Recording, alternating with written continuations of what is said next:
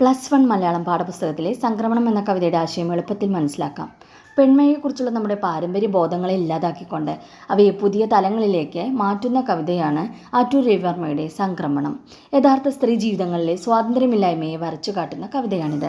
ഇവിടെ കവി തന്നെയാണ് കഥാപാത്രമായിട്ട് വരുന്നത്. ആധുനിക കാലത്ത് സ്ത്രീയുടെ ജീവിതം മാറി എന്ന് നാം പറയുമ്പോഴും പുരുഷാധിപത്യ സമൂഹത്തിൽ സ്ത്രീ ഇന്നും അനുഭവിക്കുന്ന ദുരിതങ്ങൾക്ക് അറുതി വന്നിട്ടില്ല എന്നതിൻ്റെ ചർച്ചയാണ് ഈ കവിത. കുറേ നാളായിട്ട് ഒരു സ്ത്രീയുടെ ചീഞ്ഞു നാറുന്ന ഉടൽ തൻ്റെ ഉള്ളിൽ കൊണ്ടു നടക്കുന്നവനാണ് ഒരു പുരുഷൻ എന്ന് പറഞ്ഞുകൊണ്ടാണ് കവിത ആരംഭിക്കുന്നത്.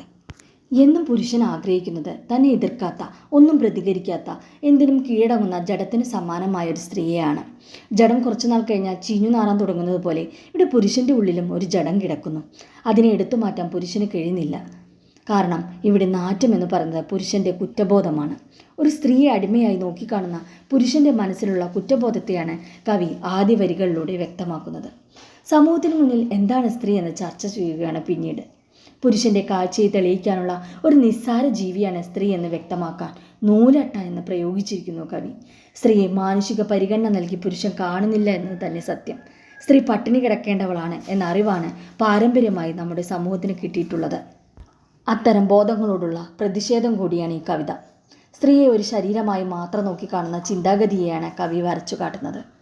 ഒന്നും കാണാനോ കേൾക്കാനോ പ്രതികരിക്കാനോ അവകാശമില്ല അവൾക്ക്. ഏറെ വൈകി ഉറങ്ങേണ്ടി വരുന്ന ഒരു നക്ഷത്രമായിട്ടും നേരത്തെ ഉണരേണ്ട സൂര്യനായിട്ടും കവി സ്ത്രീയെ സങ്കല്പിക്കുന്നു. എല്ലാവർക്കും വേണ്ടി രാവന്തിയോളം വിശ്രമമില്ലാതെ പണിയെടുക്കേണ്ടി വരുന്ന സ്ത്രീയുടെ നിസ്സഹായ അവസ്ഥയാണ് ഈ വരികൾ വ്യക്തമാക്കുന്നത്. കാലം മാറിയാലും സ്ത്രീ അനുഭവിക്കുന്ന പ്രശ്നങ്ങൾക്ക് കാതലായ മാറ്റമൊന്നും വന്നിട്ടില്ല. സമൂഹത്തിൻ്റെ മുമ്പിലോട്ട് വരാൻ അവൾ ആവതും ശ്രമിക്കുന്നുണ്ട്. പക്ഷെ അത് പറ്റുന്നില്ല. അവൾ പുരുഷൻ്റെ അടിമ കണക്കെ ജീവിച്ചു പോരുന്നു. കുറ്റിച്ചൂല്, നാറത്തേപ്പ്, ഞുണുങ്ങിയ കഞ്ഞിപ്പാത്രം എന്നിവയെല്ലാം ഉപയോഗിച്ച് തീരാറായ വസ്തുക്കളാണ്. അതുപോലെ തന്നെയാണ് സ്ത്രീയും എന്ന് കവി ഇവിടെ സൂചിപ്പിക്കുന്നു. പുരുഷാധിപത്യത്തിൻ്റെ അഴുക്കുകളെ തുടച്ചു മാറ്റാനും അവൻ്റെ വിശപ്പകറ്റാനും മാത്രം ഉപയോഗിക്കപ്പെട്ട സ്ത്രീ. ഇത്തരം ചിന്തകൾക്ക് ശേഷം കവി ഒരു സാഹസത്തിന് മുതിരുകയാണ്. സ്ത്രീയുടെ ഗതി കിട്ടാതെ അലയുന്ന ആത്മാവിനെ ഒരു യന്ത്രം പോലെ അഴിച്ചെടുത്ത് മറ്റൊരു ശരീരത്തിലേക്ക് ചേർക്കാൻ ശ്രമിക്കുന്നു കവി. നൂലട്ട പോലെ ഇഴയുന്ന പ്രതികരണശേഷിയില്ലാത്ത സ്ത്രീയെയല്ല കവി ഇവിടെ നമുക്ക് കാട്ടിത്തരുന്നത്. വിശക്കുമ്പോൾ കാടിറങ്ങുന്ന, മനുഷ്യനെ തിന്നുന്ന കടുവയുടെ ആത്മാവിലാണ് സ്ത്രീയെ പ്രതിഷ്ഠിക്കുന്നത് കവി. നിസ്സാരയായ സ്ത്രീയെ വീര്യമുള്ള കടുവയുടെ ശരീരത്തിലേക്കാണ് പ്രവേശിപ്പിച്ചത്. അതുകൊണ്ട് തന്നെ അവളുടെ നാവിനെടുത്ത് വിശക്കുമ്പോൾ ഇരയെ കൊന്നു തിന്നുന്ന ചെന്നായയിൽ ചേർക്കുന്നു. അതിനുശേഷം അവളുടെ വിശപ്പിനെ നഗരങ്ങളെ ചുട്ടുചാമ്പലാക്കാൻ ശേഷിയുള്ള കാട്ടുതീയിൽ ചേർക്കുന്നു.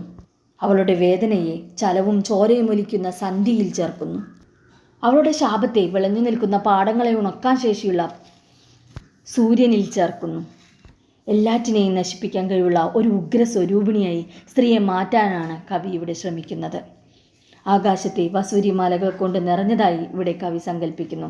അവിടേക്കാണ് അവളുടെ മരണത്തെ കവി ഇടാൻ തയ്യാറാവുന്നത്. ഒരു ബലിമൃഗം പോലെ വിശുദ്ധ മരണമാണ് സ്ത്രീയുടേത്.